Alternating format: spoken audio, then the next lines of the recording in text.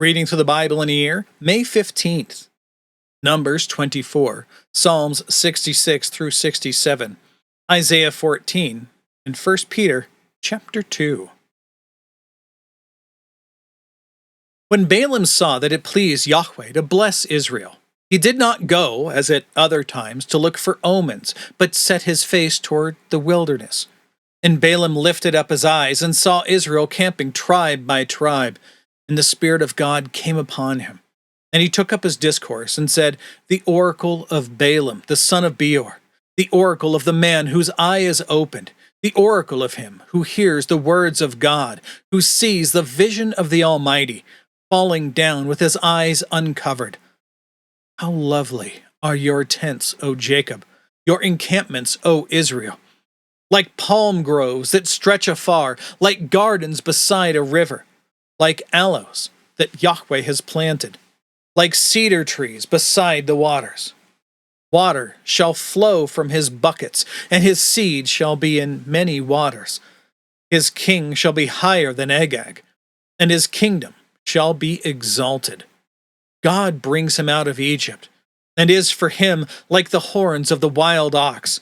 He shall eat up the nations, his adversaries, and shall break their bones in pieces, and pierce them through with his arrows.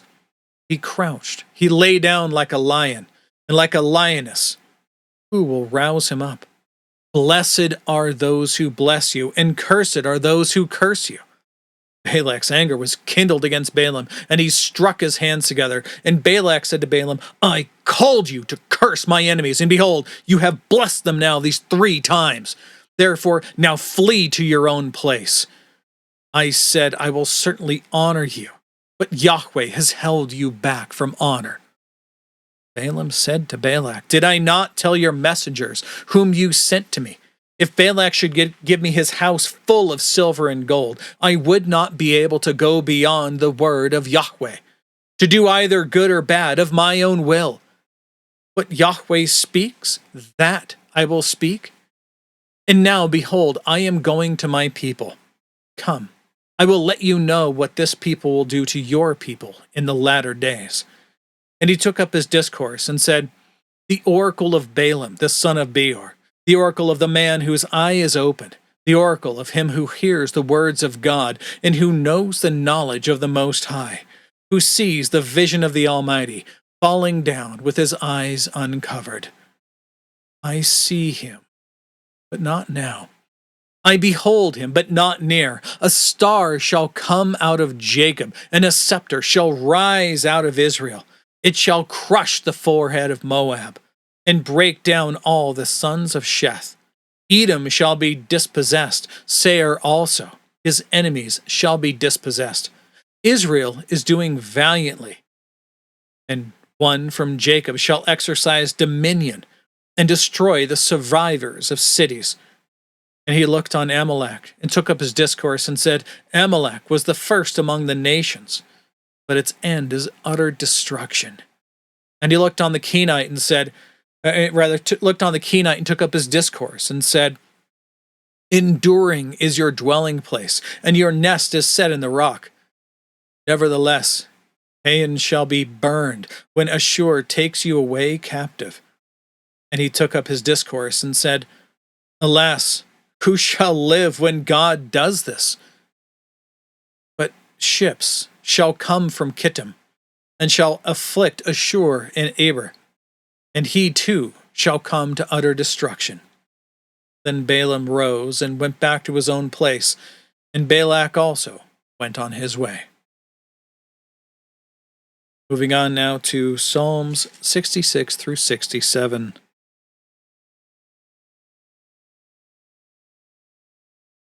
Shout for joy to God, all the earth. Sing the glory of his name. Give to him honor, give to him glorious praise. Say to God, how awesome are your deeds. So great is your power that your enemies come cringing to you. All the earth worships you and sing praises to you. They sing praises to your name. Come and see what God has done. He is awesome in his deeds toward the children of man. He turned the sea into dry land. They passed through the river on foot. There did we rejoice in him, who rules by his might forever, whose eyes keep watch on the nations. Let not the rebellious exalt themselves. Bless our God, O peoples. Let the sound of his praise be heard, who has kept our soul among the living and has not let our feet slip. For you, O God, have tested us. You have tried us as silver is tried. You brought us into the net. You laid a crushing burden on our backs. You let men ride over our heads. We went through fire and through water. Yet you have brought us out to a place of abundance. I will come into your house with burnt offerings. I will perform my vows to you, that which my lips uttered and my mouth promised when I was in trouble. I will offer to you burnt offerings of fattened animals with the smoke of the sacrifice of rams.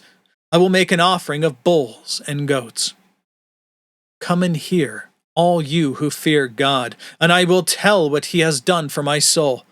I cried to him with my mouth, and high praise was on my tongue. If I had cherished iniquity in my heart, the Lord would not have listened. But truly God has listened. He has attended to the voice of my prayer. Blessed be God, because he has not rejected my prayer or removed his steadfast love from me. Now Psalm 67. May God be gracious to us and bless us, and make his face to shine upon us, that your way may be known on earth, your saving power among all nations. Let all the peoples praise you, O God. Let all the peoples praise you. Let the nations be glad and sing for joy, for you judge the peoples with equity and guide the nations upon the earth. Let the peoples praise you, O God. Let all the peoples praise you. The earth has yielded its increase. God, our God, shall bless us. God shall bless us. Let all the ends of the earth fear him. Now Isaiah 14.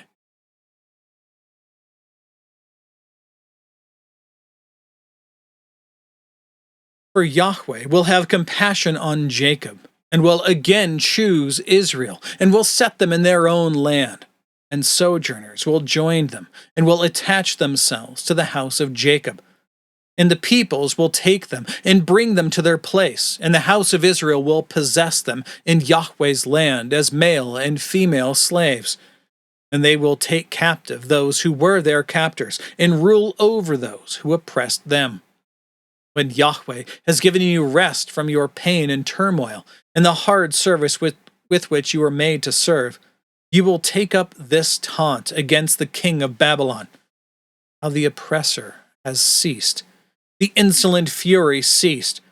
Yahweh has broken the staff of the wicked, the scepter of rulers, that struck the peoples in wrath with unceasing blows, that ruled the nations in anger with unrelenting persecution. The whole earth is at rest and quiet. They break forth into singing.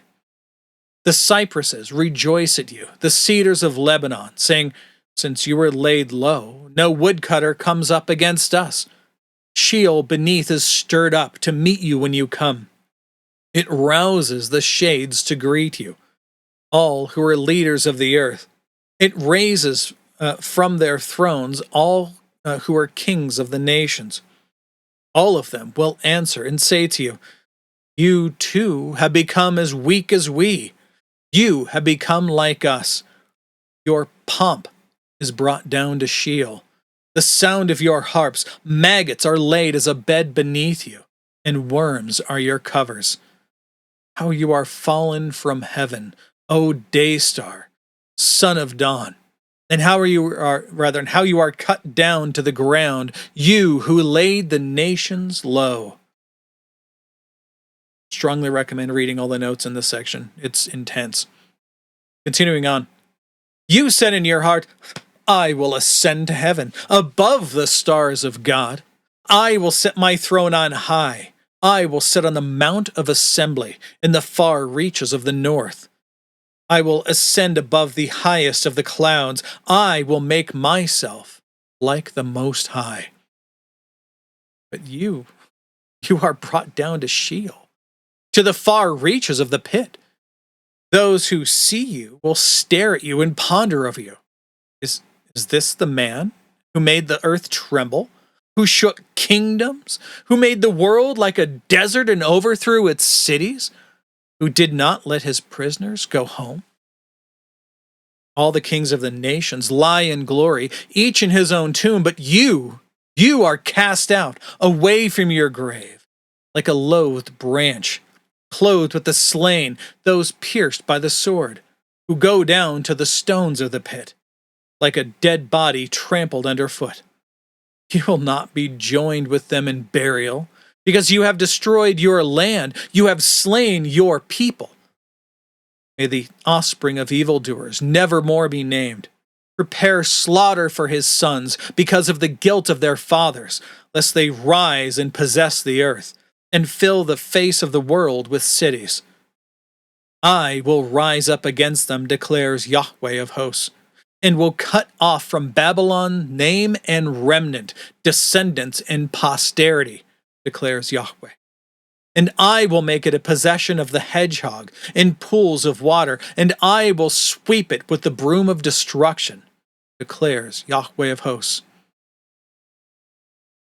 Yahweh of hosts has sworn, as I have planned, so it shall be, and as I have purposed, so it shall stand, that I will break the Assyrian in my land, and on my mountains trample him underfoot, and his yoke shall depart from them, and his burden from their shoulder. This is the purpose that is purposed concerning the whole earth, and this is the hand that is stretched out over all the nations. For Yahweh of hosts has purposed. Who will annul it? His hand is stretched out, and who will turn it back? And the year that King Ahaz died came this oracle. Rejoice not, O Philistia, all of you, that the rod that struck you is broken. For from the serpent's root will come forth an adder, and its fruit will be a fiery flying serpent. The firstborn of the poor will graze, and the needy lie down in safety, but I will kill your root with famine. Your remnant it will slay. Wail, O gate, cry out, O city, melt in fear, O Philistia. All of you. For smoke comes out of the north, and there is no straggler in his ranks. What will one answer the messengers of the nation? Yahweh has founded Zion, and in her the afflicted of his people find refuge. Including today in 1 Peter chapter 2.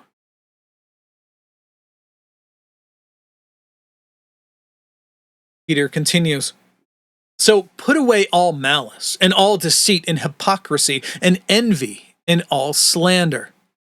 Like newborn infants, long for the pure spiritual milk, that by it you may grow up into salvation, if indeed you have tasted that the Lord is good.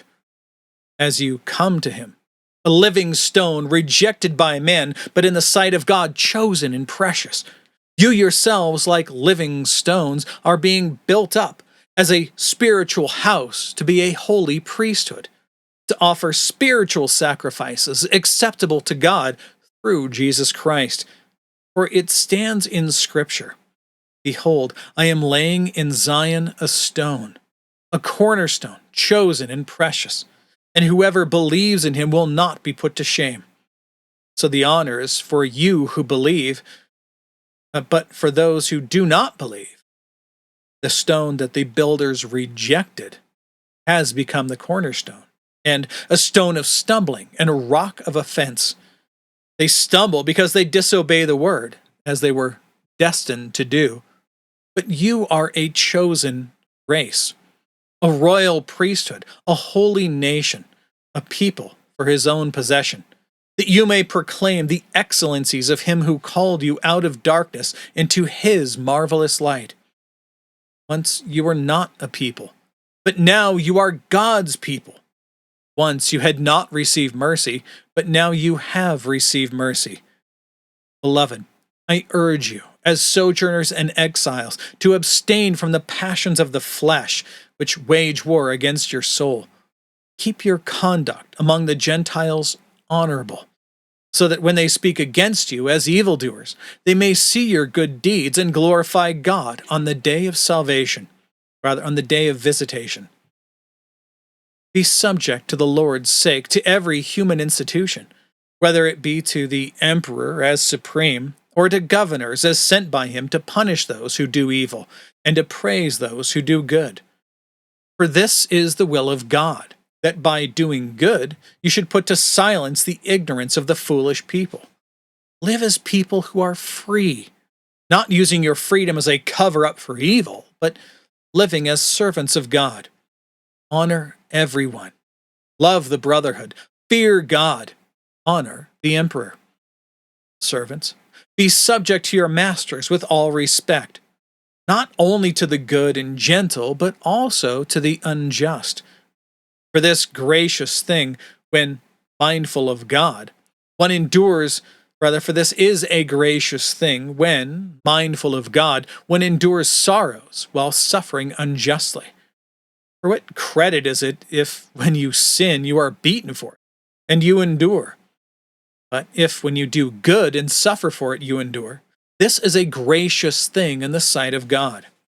For to this you have been called, because Christ also suffered for you, leaving you an example, that you might follow in his steps.